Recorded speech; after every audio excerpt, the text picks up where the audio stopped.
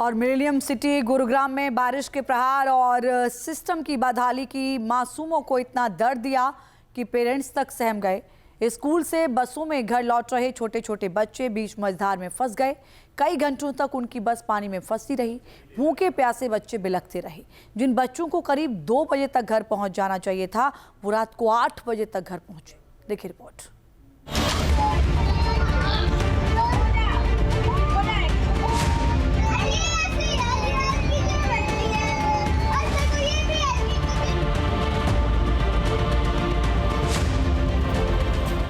जब सिस्टम डूबता है तो कुछ ऐसा होता है, बेबसी, सिसकियां और अथाह दर्द। छोटे छोटे नौनिहाल स्कूल से घर के लिए बस में निकले, लेकिन उनका यह सफर बेहद खौफनाक साबित हुआ।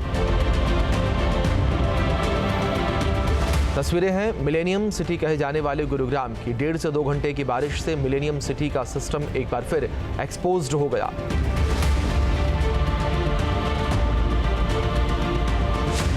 पूरा शहर जलमग्न हो गया, सड़कें दरिया बन गई और मझधार में फंस गए मासूम।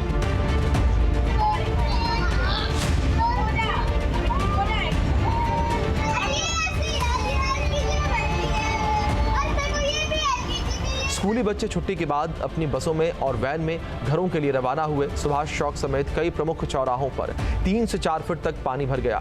पानी ने इनकी राह रोक दी। दर्जनों स्कूल बसें बीच रास्ते में ही फंस गईं और मिनटों का सफर घंटों के लंबे और खौफनाक इंतजार में तब्दील हो गया।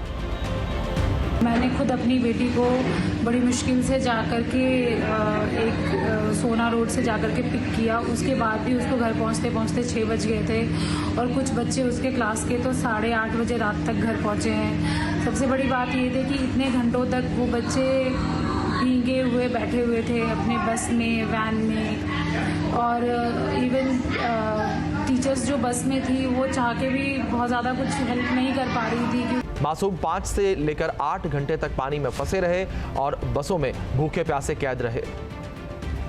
बच्चों के माता पिता ने जो हालात बयां किए वो रूह कपा देने वाले हैं। जो बच्चे 1:30 बजे तक घर लौट आते थे, वे रात को करीब 8 बजे तक बदहवास हालत में घर पहुंचे।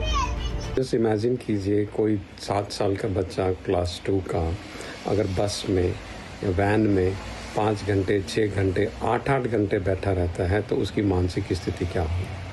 जब बच्चे घर पहुंचे तो वो डरे थे, सहमे हुए थे और आकर के कई मिनटों तक तो उन्होंने बात ही नहीं की।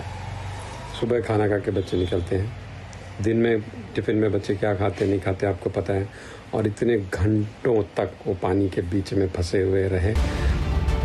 बसों में सवार छोटे छोटे बच्चे घुटन, पानी और टॉयलेट की सुविधा न होने के कारण बिलखते रहे। पेरेंट्स लगातार बच्चों की खैर खबर लेते रहे, लेकिन बेबसी और लाचारी ऐसी कि कुछ नहीं कर सकते थे।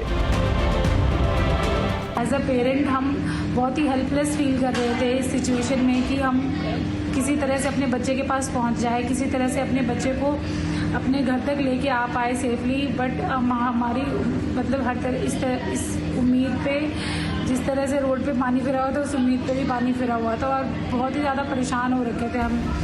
बच्चे कई घंटे सिस्टम की बदहाली से जूझते रहे, हलकान होते रहे, लेकिन मौके पर किसी अधिकारी ने पहुंचने की जहमत तक नहीं उठाई। मासूमों को हुई तकलीफ ने पेरेंट्स को हिलाकर रख दिया। अब गुस्सा है, आक्रोश है।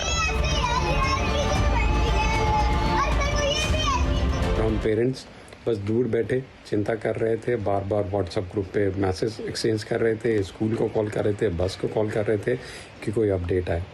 और हम इतना हेल्पलेस फील कर रहे थे कि आप कुछ नहीं कर सकते, क्योंकि आप भी कहीं ना कहीं फंसे हैं। आप वहाँ तक पहुँच नहीं सकते और आपका बच्चा आप घर नहीं आ सकता। ऐसी मिलेनियम सिटी और ये पता नहीं क्या बोलते हैं इसको, इसमें क्या फ़ायदा जब आपके बच्चे ही सेफ हों।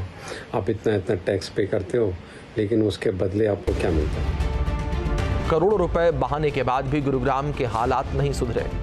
साल 2016 के महाजाम के बाद गुरुग्राम के ड्रेनेज सिस्टम, अंडरपास, सबवे और सीवरेज व्यवस्था पर 1000 करोड़ रुपए से ज़्यादा खर्च हो चुके हैं, लेकिन हालात बदले नहीं हैं। एक बारिश में गुरुग्राम की सड़कें दरिया बन जाती हैं। जाहिर है, खराब अर्बन प्लानिंग, नकारा सिस्टम और अधिकारियों की लापरवाही गुरुग्राम के भविष्य पर बड़ा सवाल खड़ा कर रही है।